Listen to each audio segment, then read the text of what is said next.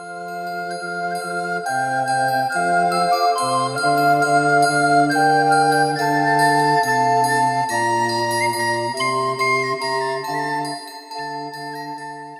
première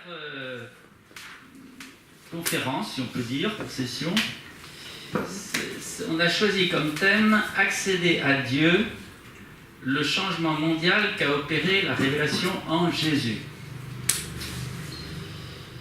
Comme on a dit dans la prière que l'on a récitée tout à l'heure, on parle du christianisme des origines. On a dit, à la lumière du christianisme des origines qui s'est répandu dès ce moment-là au cœur des grandes civilisations. Et donc, dans cette révélation qui s'est répandue, ça a provoqué ce qu'on considère, nous, comme un changement mondial. Alors, vous savez bien que pour ceux qui ont assisté à pas mal de sessions, qu'on a étudié le fait que les apôtres étaient allés dans le monde entier, pratiquement, et que finalement, comme on dit, toutes les civilisations ont été impactées. Mais de quel changement parle-t-on? De quel changement parle-t-on? Quelle est la nouveauté, finalement, de la révélation qui a été donnée par Jésus? Et particulièrement, là, on va étudier quelle est la nouveauté dans l'accession à Dieu. Avant Jésus, si j'ai bien compris, l'accession à Dieu était... On considérait Dieu comme quelqu'un qui était, entre parenthèses, assez loin. Et on voit les efforts des hommes pour, par exemple, monter sur la montagne, pour être plus proche de Dieu, pour partir au désert et s'éloigner du monde, pour être plus proche de Dieu. Il y avait comme une démarche très importante de l'homme pour pouvoir accéder à Dieu. Il y avait une quête de l'homme pour accéder à Dieu. Je ne dis pas que ce n'était pas impossible, mais Jésus dira à un moment: « Je te bénis, Père, d'avoir dit ça aux enfants et tous, et non plus aux sages et aux savants. » Il fallait être sage et savant et chercher Dieu. Il y avait les chercheurs de Dieu qu'on retrouve un peu partout dans le monde, et particulièrement en Israël. Or, moi, le premier point que je vois avec la venue de Jésus, c'est que Dieu s'est fait homme. Et ça, c'est une révolution. Dieu n'est pas resté loin, il s'est mis à la mesure de l'homme. Il s'est fait proche de l'homme. C'est-à-dire que ce n'est pas l'homme qui est allé vers Dieu, c'est Dieu qui est allé vers l'homme. Et en faisant quelque chose d'ahurissant, en se faisant homme. Et non seulement en se faisant homme, mais en se faisant appeler, et en disant de lui, il se nomme Fils de l'homme. Tout cela a une signification absolument gigantesque. Que Dieu se fasse appeler homme, je ne sais pas si vous avez réfléchi à la question, mais c'est quand même une volonté de la part de Dieu de se faire extraordinairement proche des hommes. Et ce n'est pas plus l'homme qui va vers Dieu, bien que c'est une démarche encore qui est possible, mais c'est Dieu qui vient vers l'homme. Donc il s'est fait homme, et il s'est fait totalement homme, et il s'est fait appeler fils d'homme. Alors fils d'homme, ça a l'air de rien, mais ça veut dire qu'il n'est pas simplement homme comme ça, il est homme génétiquement.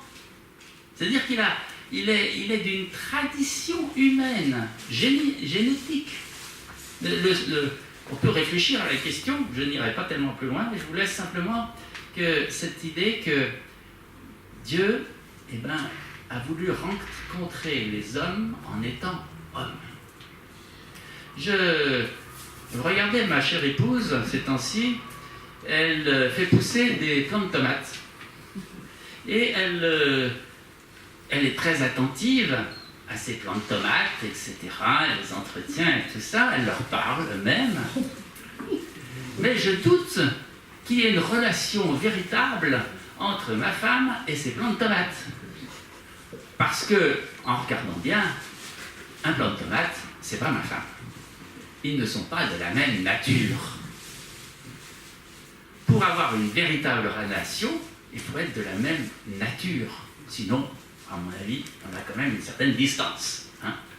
Et donc, voilà que Dieu, eh bien, il prend une nature qui est extraordinaire, qui est homme, pour qu'on soit de la même nature, de la même relation. Et donc, on s'aperçoit que Dieu se met à parler aux hommes, et par exemple, quand il est enfant, il joue avec les autres enfants. Il a des paroles d'homme, une relation totalement humaine. Et ça, c'est dans la manière d'accéder à Dieu, mais ça change tout. Parce que parler d'homme à homme, c'est quand même plus simple que de parler d'homme à Dieu. Il y a une distance qui est complètement annulée. Et donc, dans la relation, Jésus se met à côtoyer les hommes. Et tout le monde. Et on s'aperçoit qu'il côtoie tous. Il n'y a pas de laisser pour compte. Il côtoie les grands comme tous les petits. Ceux qui sont riches et bien portants, comme les pauvres et malades. Tous. Il a une relation personnelle, il essaye d'avoir une relation personnelle avec chacun. Mais une relation, je ne dirais pas religieuse, une relation d'homme à homme. Et pour moi, c'est le premier changement extraordinaire qui se passe dans la manière d'accéder à Dieu.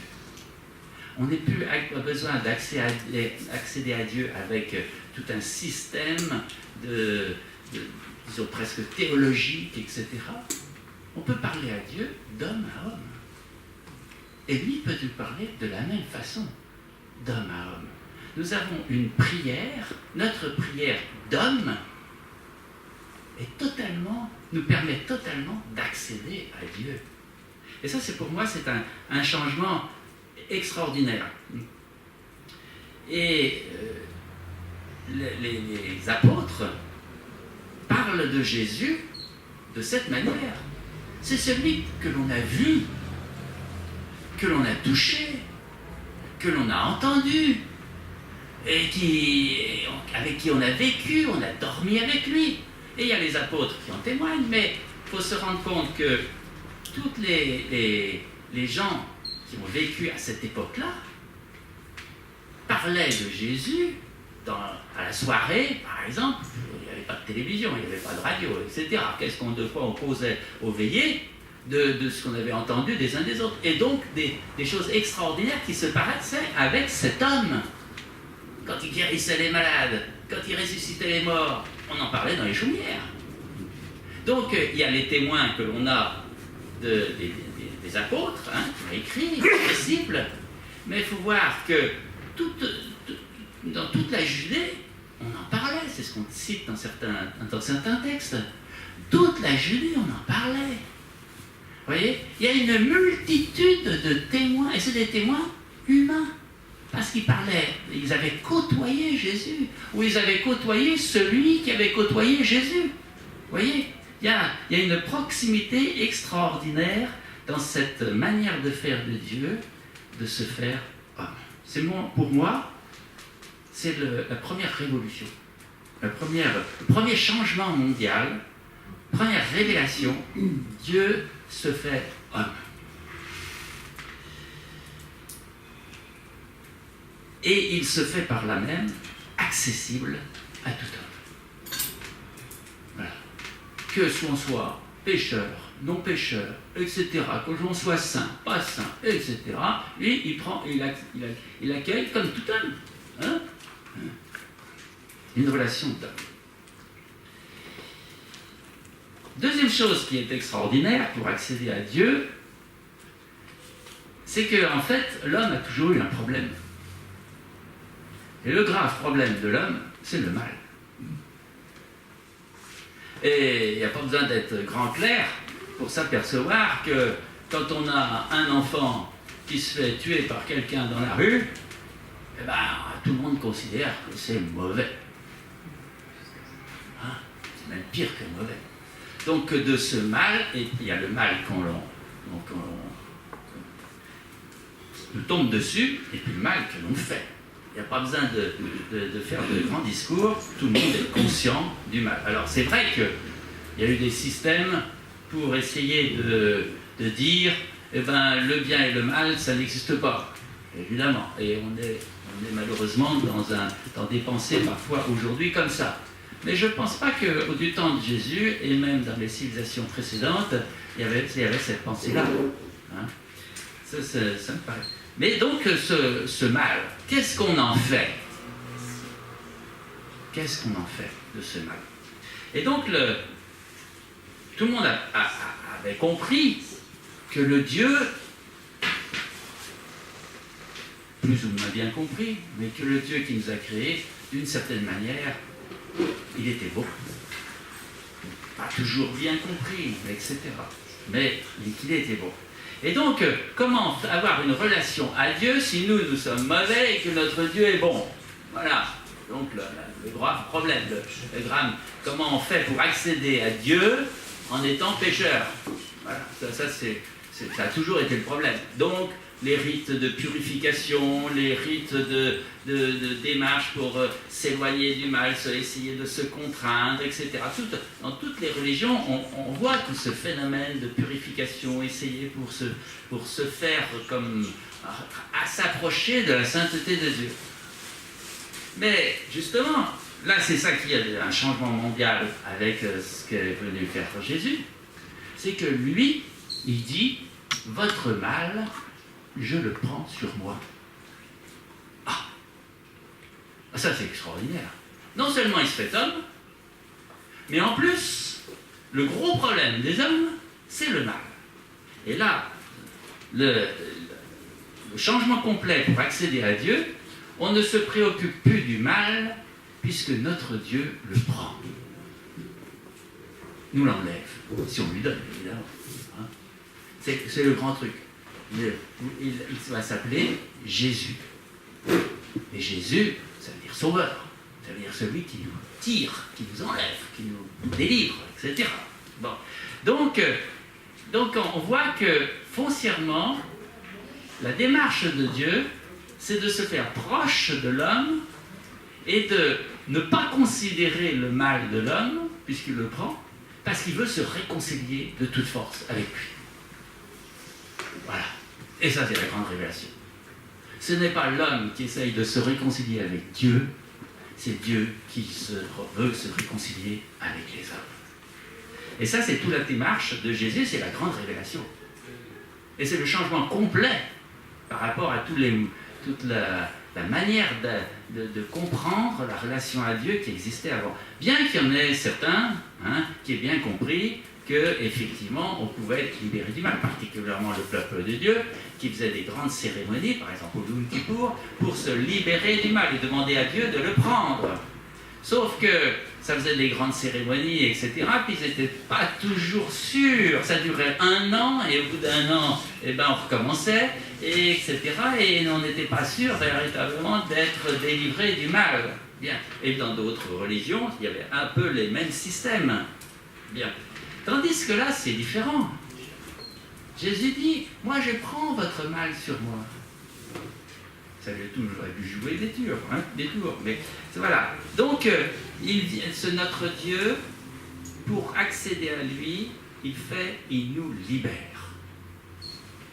Il provoque une libération, donc on n'a plus du tout de barrière pour s'approcher de Dieu et accéder à Dieu. Et Dieu n'a plus de barrière par rapport à nous, parce que ce n'est pas le mal que l'on fait qui va être une barrière pour lui, puisqu'il prend sur lui. Et donc, alors, dans ce mouvement, il y a aussi un changement mondial, c'est que Jésus dit qu'il est le seul à pouvoir nous libérer. Alors là, c'est un changement quand même extraordinairement important. Il dit, je suis le chemin vers le Père. Il n'y a pas d'autre chemin. Je suis le seul à pouvoir libérer. Alors que tous les autres systèmes religieux avaient cherché à rentrer dans une libération, etc. Et là, Jésus est en train de dire, tous les autres systèmes de libération deviennent périmés. Voilà, c'est ça, c'est un grand changement. Un grand changement. Je suis le chemin, la vérité et la vie. Donc il y a comme une rupture par rapport à tous les mouvements religieux d'accéder à Dieu qui étaient avant. Jésus, en venant et en se faisant homme et en prenant notre gros problème du mal, en l'enlevant, il dit après, mais attention, je suis le seul à pouvoir faire ça. Et même après, il va même dire qu'il y en a d'autres qui vont essayer de l'imiter. Et tout cela, il est dit, ce sont des voleurs et des brigands. Et ça, c'est dans notre monde contemporain, c'est malheureusement, de nouveau, on voit des voleurs et des brigands qui veulent nous indiquer un autre chemin, une autre manière de libération. Et donc, ça c'est le deuxième point, révolutionnaire à mon avis, dans la manière d'accéder à Dieu. Le premier, c'est que Dieu s'est fait homme, c'est-à-dire très proche de nous. Deuxième, c'est qu'il nous libère, mais il est le seul à pouvoir nous libérer. Il est le seul à faire ça. Tous les autres systèmes religieux ou idéologiques autres que lui ne mènent pas à la vie. Quand il dit « je suis le chemin, la vérité et la vie », ça veut dire que les autres ne mènent pas à la vie. Et ils mènent où, malheureusement, à la mort. Il n'y a que lui qui mène à la vie. Il est le seul vrai chemin de libération. Tous les autres chemins, à partir de ce moment-là, deviennent des chemins mensongers. Et Jésus nous passe son temps à nous prévenir sur ce sujet-là. Ça, c'est le deuxième point. Le troisième point que j'ai noté, c'est que avant, on pouvait avoir une relation à Dieu, je dirais, distante, ou ouais, je ne saurais pas bien dire. Mais Jésus nous dit quelque chose qui absolument m'a toujours ahuri. Il dit « demeurez en moi ». C'est-à-dire que Jésus veut établir une relation de communion totale avec lui. Demeurez en moi. Il propose une véritable communion avec lui à tous ceux qui croient en lui. Il est une communion semblable à celle que lui a avec son Père. Alors ça, c'est quelque chose de complètement nouveau. Vous voyez, non seulement il se fait très proche, il nous libère, mais aussi et surtout, il veut une relation de communion.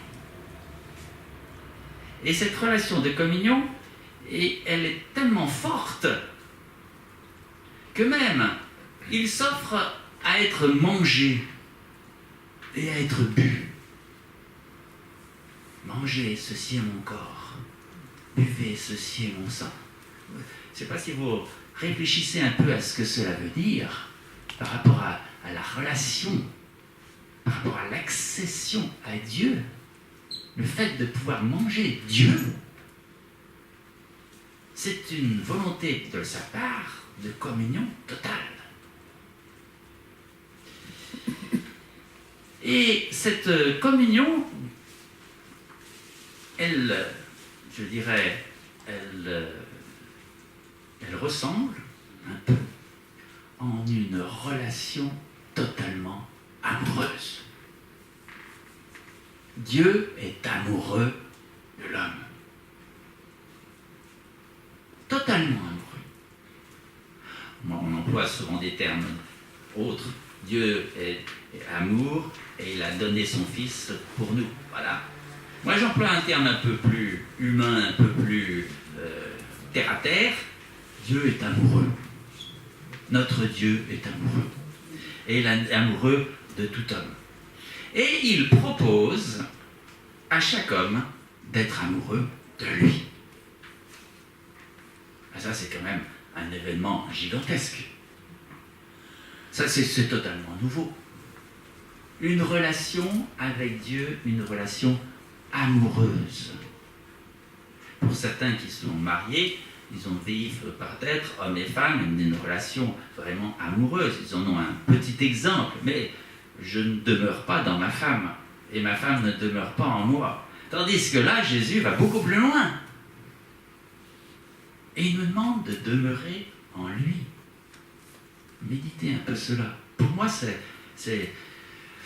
je passe beaucoup de temps à dire merci Jésus parce que tu m'aimes. Merci Père très saint parce que tu m'aimes. Jésus, je t'aime. Jésus, je t'aime. Et à lui dire mon amour. Et lui me dit son amour.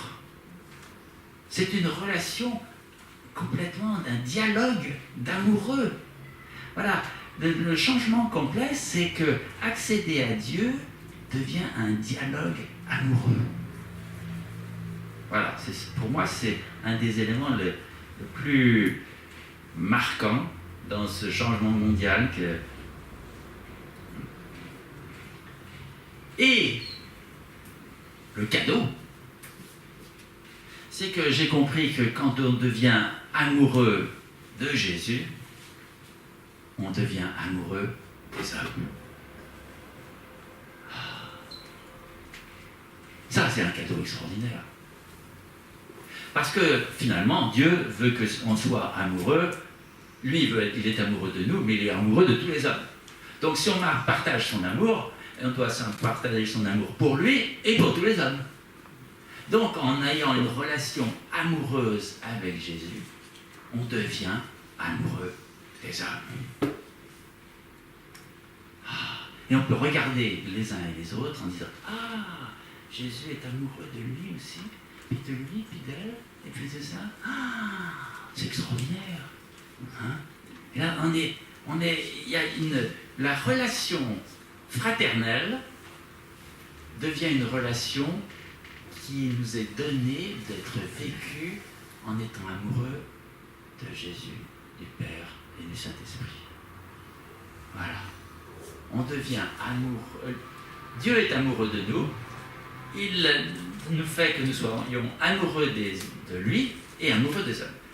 La première chose qui s'est passée, pour donner un petit témoignage personnel, quand en 1986, ma femme et moi, on a eu une rencontre extraordinaire avec le Saint-Esprit, la première chose qu'il a fait pour nous, c'est de nous rendre amoureux l'un de l'autre. Tellement amoureux que les enfants nous suivaient et chantaient la cantine « Oh les amoureux !» C'est ce que fait Dieu. Bon. Le quatrième point que j'ai noté,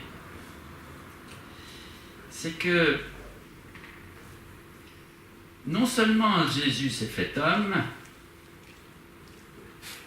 mais il y a quelque chose qu'il nous donne en plus de son amour, il nous donne son nom. La notion de nom, on a perdu un peu cette notion dans notre civilisation actuelle, bien qu'on a encore tout le système d'état civil et que quelqu'un qui n'a plus sa carte d'identité, c'est-à-dire qui perd son nom, perd véritablement son identité, quoi. Donc, mais on n'a pas la même compréhension sans doute que du temps de Jésus. Mais quand il nous donne son nom, il nous donne tout entier. Il se donne tout entier. Et il dit « en mon nom ». Vous avez réfléchi à ça? C'est-à-dire qu'il permet aux hommes d'agir comme Dieu. C'est ahurissant. En mon nom. Et pourquoi faire? Pourquoi faire? D'abord, pour prier le Père. Notre relation amoureuse avec Jésus, il nous donne de prier le Père comme lui prie le Père. Tout ce que vous demanderez au Père en mon nom, il vous le donnera. Vous voyez là, l'extraordinaire changement que cela provoque. Ne nous adressons pas à Dieu Père comme ça. Nous nous adressons à Dieu Père en étant en Jésus au nom de Jésus. Et c'est pour ça que dans toutes nos liturgies, toutes les prières se terminent par Jésus-Christ notre Seigneur. Toutes les prières se font par le nom de Jésus, au nom du Jésus. Et que nous, on se signe au nom du Père, et du Fils et du Saint-Esprit. Vous comprenez ça? Il nous donne son nom. Il nous donne son nom pour le prier, pour prier le Père, et pour prier Jésus aussi. Priez-moi en mon nom, demandez en mon nom. Ah, ça c'est curieux. Il nous dit, demandez-moi en mon nom. C'est quand même une formulation assez particulière. Hein? Bon, c'est vrai que dans une entreprise, quand on va voir un directeur, puis qu'on va lui demander quelque chose, et puis qu'on va lui dire, chef, parce que je prends ton autorité de chef pour te demander quelque chose. Ah. Bon, ça se fait pas tellement. Hein? Le chef dira que reste à ta place. Hein? Jésus, non. Vous voyez? Jésus se fait tellement proche qu'il nous donne son nom. Alors il nous donne son nom pour prier, et puis il nous donne son nom pour résoudre le problème colossal qui est dans le monde, c'est-à-dire toutes les puissances démoniaques. En mon nom, vous chasserez les démons. Comprenez cela? Il nous donne toute la puissance de Dieu pour imposer les mains aux malades pour qu'ils soient guéris et pour chasser les démons.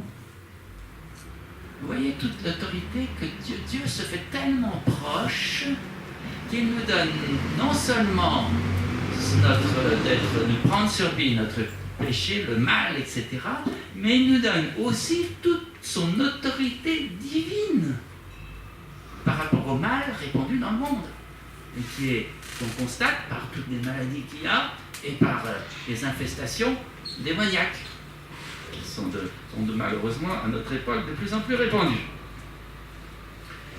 Et il le fait. Alors là, ça m'a ahuri un peu, parce qu'il le fait sachant qu'on pourrait mal utiliser son nom. Et il le dit, il prévient, attention, il y en a beaucoup qui prendront mon nom, qui s'en serviront, et je ne les connais pas. Ah!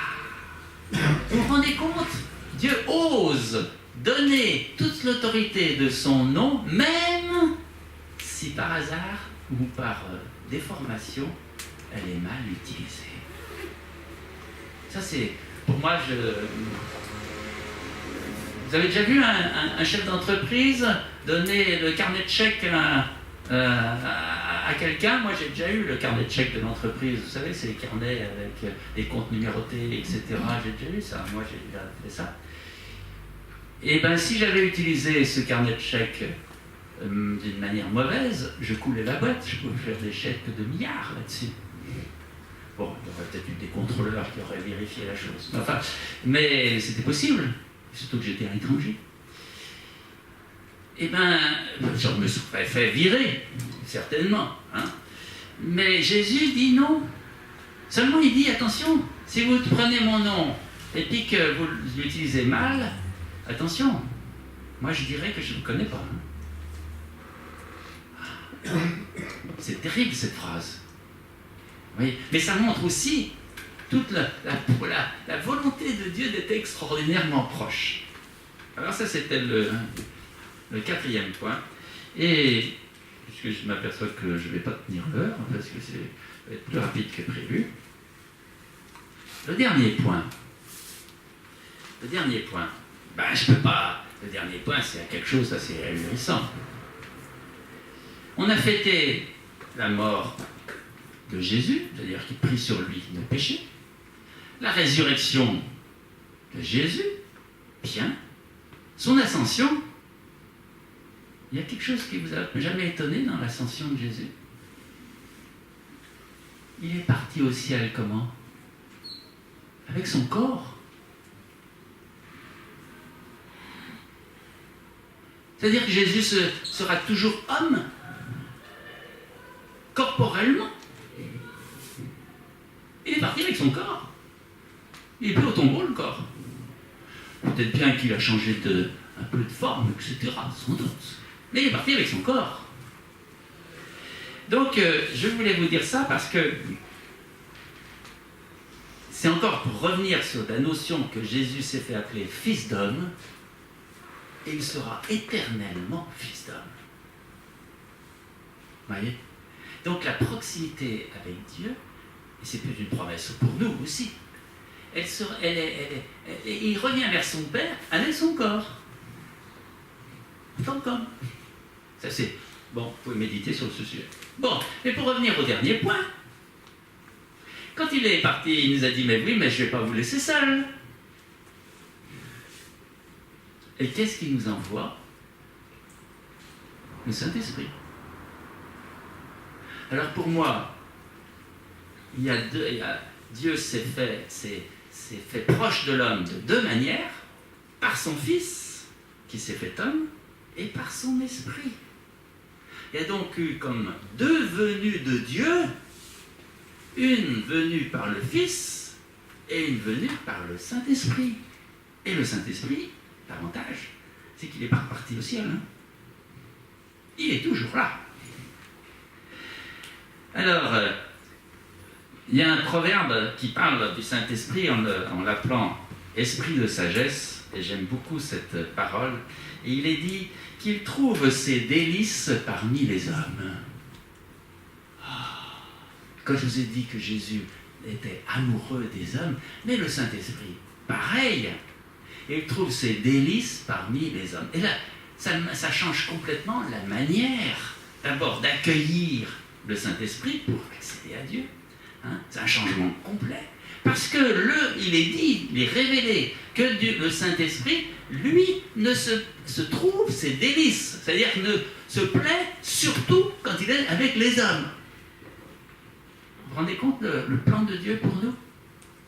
Il trouve ses délices, moi j'appelle ça comme la deuxième incarnation, la venue du Saint-Esprit. La deuxième venue de Dieu dans le monde. Et il vient pour quoi faire? Et c'est là le grand changement. Il est dit qu'il vient pour nous vivifier. Pour rentrer dans une vie de Dieu. Alors, en plus, il nous aide pourquoi? Pour prier.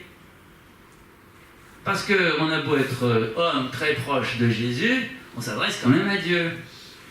Alors, pour prier Dieu, eh bien, la seule manière correcte, c'est que Dieu prie en nous. Et c'est la promesse que fait le Saint-Esprit. Il vient en nous pour prier Jésus et prier son Père. Et ça, c'est dit dans la parole de Dieu beaucoup de fois, par Saint Jean particulièrement. Il vient prier en nous. Et prier en nous pourquoi? Parce que nous, on a notre raison, etc. On ne sait pas comment prier. Alors il vient prendre la place, nous aider à prier. Il vient nous aider à adorer. Et il vient nous aider à faire quelque chose d'assez particulier. Il nous donne de pouvoir voir l'invisible. C'est ce qu'on appelle prophétiser. Le Saint-Esprit vient pour faire de nous des prophètes. Les chrétiens, je vous rappelle, par le baptême, sont prêtres, prophètes et rois. On n'a pas oublié que le Saint-Esprit était là pour nous faire voir ce qui n'est pas visible par la raison.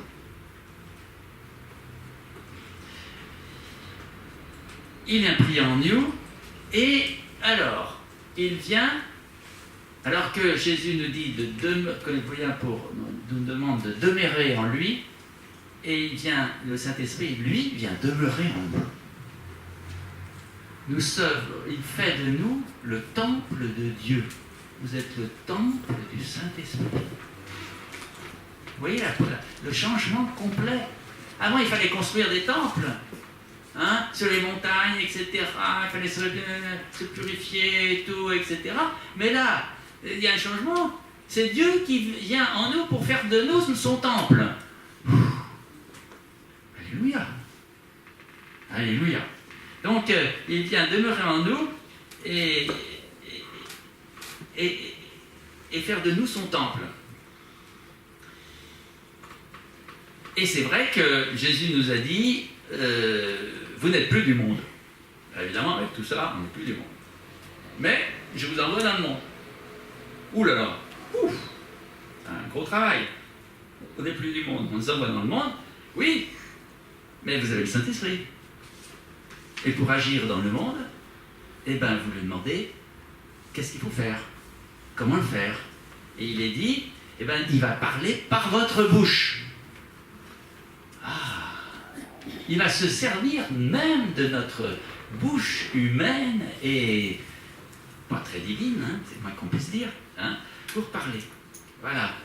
Et le Saint-Esprit va nous donner un cadeau extraordinaire. Il va nous donner l'amour, la joie, la paix, la patience, la bonté, la bienveillance et la foi. Ouh. Et ça pour moi, c'est le changement mondial qui a opéré la venue de la révélation en Jésus et qu'ont proclamé tous les apôtres et tous les disciples et tous ceux qui avaient côtoyé Jésus. Il n'y a pas que les apôtres et les disciples. Il avait fait un travail énorme. Et quand après les apôtres sont partis pour commencer à témoigner, ils ont rencontré des gens. Ah oui, tu me dis ça. Ah oui, mais j'ai mon cousin qui avait vu Jésus, qui avait vu des tas de trucs, etc. Et tout ça, il y avait toute une communauté, des gens qui étaient prêts. Voilà. Notre monde actuel n'est pas prêt, malheureusement. Il a perdu tout ça.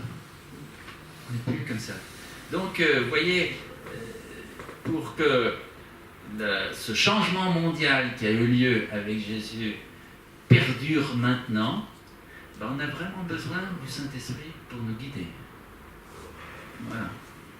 Et je veux m'arrêter là, et je souhaite que le Saint-Esprit vous guide continuellement. Voilà, je rappelle, Dieu s'est fait proche en se faisant homme, il nous libère et nous donne la vie, il veut une relation amoureuse de communion avec nous, il nous donne l'autorité de son nom, et il nous donne son Saint-Esprit. Voilà. Amen.